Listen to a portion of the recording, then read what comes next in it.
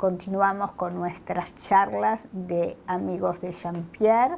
Hoy tenemos una invitada especial, escritora, Amores de Inmigrantes, está en comunicación, ha hecho notas en La Nación y también tiene relación con un proyecto solidario en África que brevemente nos contará. Bienvenida, Diana. Gracias, Claudia. Es un gusto, un honor estar en esta casa tan linda de Jean-Pierre, que me hayas recibido y que tenga la oportunidad de contarte sobre Amores Inmigrantes y otras de las cosas que hago también. Empezamos un poco a contar, porque debe ser una mujer muy romántica, el título de Amores de Inmigrantes. Sí, por supuesto. Bueno, Amores Inmigrantes tiene ese título porque eso es lo que cuenta. Cuenta historias reales de amor en épocas de la inmigración, de inmigrantes europeos, de inmigrantes asiáticos que llegaron a Argentina con ese sueño de progreso, con ese sueño de hacer grande esta nación.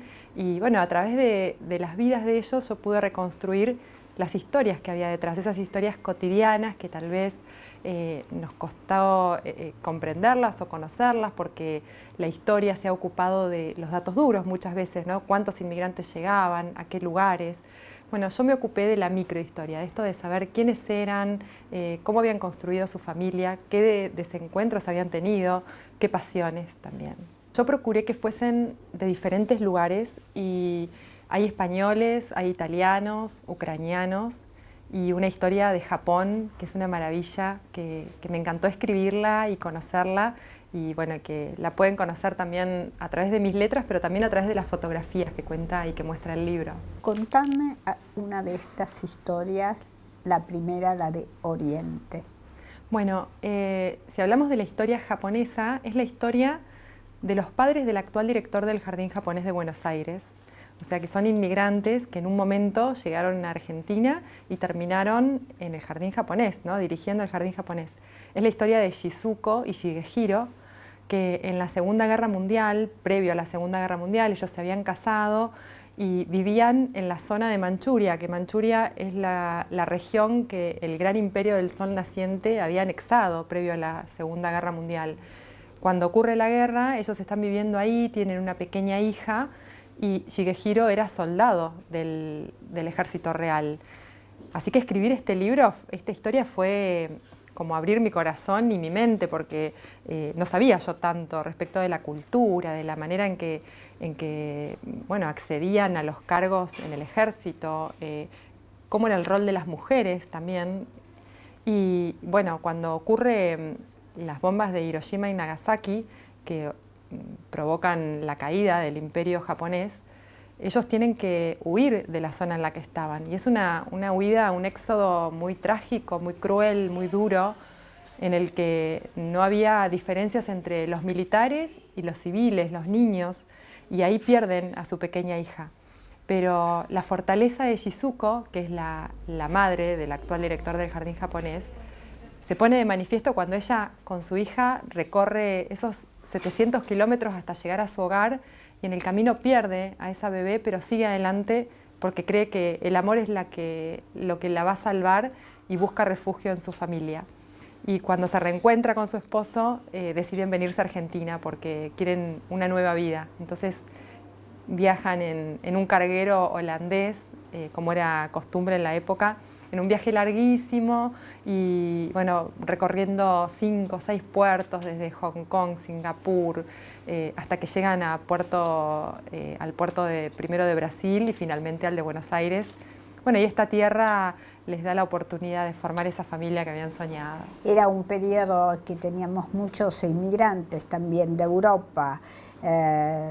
Y a vos todas estas historias, porque son 7, te llevaban a través de cartas, de personas, ¿cómo te ibas conectando? Bueno, fue un trabajo artesanal, porque reconstruir una historia familiar que ocurrió hace tal vez 100 años atrás, o 60 o 70, es como armar un rompecabezas, porque cada familiar o cada carta que aparecía, cada fotografía era una pieza e íbamos tratando entre todos, digo, porque cada familia me ayudó a dilucidar las fechas, algunos huecos que había, porque había cosas que no sabían bien, hasta que un poco con el contexto histórico y otro poco con la ayuda de todos los familiares, terminábamos por armar esta historia que, bueno, yo le daba un eje y la novelaba para que los lectores se sintieran atraídos y les guste, y realmente es lo que me transmiten cuando lo leen el libro. Ninguna de estas personas que fueron inmigrantes tenían pertenencias como joyas antiguas que venían de los abuelos y que transmitían un mensaje. ¿Nunca te contaron? Sí, mira, y en el libro está la foto, en la historia de Elena y Vinko, que son un matrimonio que vienen desde el Imperio Austrohúngaro en 1912 hasta Argentina. Cuando vino su esposo Vinko, él viajó solo y le dijo, bueno, a Elena, su esposa, espérame que cuando yo reúna dinero para el pasaje, te voy a enviar y vos venís y me acompañás y ya formamos nuestra familia y nuestro proyecto de vida acá en Argentina. Pero resulta que tardaron 8 años hasta que se reencontraron, porque en el Imperio Austrohúngaro y en Europa comenzó la Primera Guerra Mundial y las comunicaciones se hicieron muy difíciles, las cartas no llegaban. Entonces, esto ocasionó que pasaran 8 años hasta que volvieran a verse. Y cuando Elena finalmente puede viajar a Argentina, ella sabía que si trabajaba en el barco como institutriz o como dama de compañía de alguna señora, de alguna dama, tenía más posibilidades de tener un mejor acceso a los servicios del barco. Si no, ir en tercera clase era un suplicio, era un viaje muy duro, muy difícil. Entonces ella trabaja en el barco y había una joyera rusa que tenía aros y ella se enamoró de un par de aros, entonces casi todo lo que ganó en el barco lo usó para comprar esas joyas, y cuando las trajo a Argentina, ese par de aros lo ha usado todas las mujeres de la familia y es como una tradición y algo que atesoran mucho, y la foto está en el libro también de esos aros. Interesante. Si yo te daría una hoja y papel, te daría una lapicera, ¿cómo contarías una historia de Jean-Pierre como inmigrante? Ya quiero contarla, ya me entusiasma contarla, y yo creo que investigaría mucho sobre el sentido de las piedras preciosas, de las joyas como una obra de arte, y trataría de entender cómo esa obra de arte terminó siendo la familia Jean-Pierre y todo el proyecto de vida que construyeron en Argentina. Así que creo que investigaría mucho sobre las piedras, y a partir de ahí buscaría las similitudes con la historia que me encantaría conocer. Nosotros somos también inmigrantes, venimos de Niza, toda la familia se vino y, como vos decís, trajeron como patrimonio para poner después una joyería, un cofre con todas piedras. Y da la casualidad que mi abuelo tuvo una escala en Cuba, y ahí se perdió gran parte de la colección, que eran esmeraldas. Después, cuando llegan acá a la Argentina, se hospedan en el Hotel Alvear, y con eso de pasar una guerra, en una casa guardan una parte de la colección de joyas. Es decir, que hubo una gran parte de la colección que se perdió, y otra que les permitió abrir un negocio. Y así volvieron a empezar con la tradición de familia que se transmite de generación en generación. Pero es más importante que nos cuentes un poco más como periodista y tu obra solidaria. Sí, cómo no. Mi obra solidaria es un trabajo en realidad que estoy acompañando a una gran amiga que es Ana Paula dos Santos, que es la embajatriz de Angola en Argentina, la esposa del embajador actual, y que, bueno, ella cuando nos conocimos es una persona cálida, entrañable, muy humana, y ella me contó que tenía un sueño y era proyectar un centro de rehabilitación neurocognitiva en Luanda, la capital de Angola. Y ella estando en Buenos Aires acá decía, bueno, desde Buenos Aires, ¿cómo podemos empezar a trabajar con esto? ¿De qué manera? Y así fue que, bueno, hablando de neurociencias, dijimos, bueno, vamos a verlo a Facundo Manes, ¿no? Que es como el referente.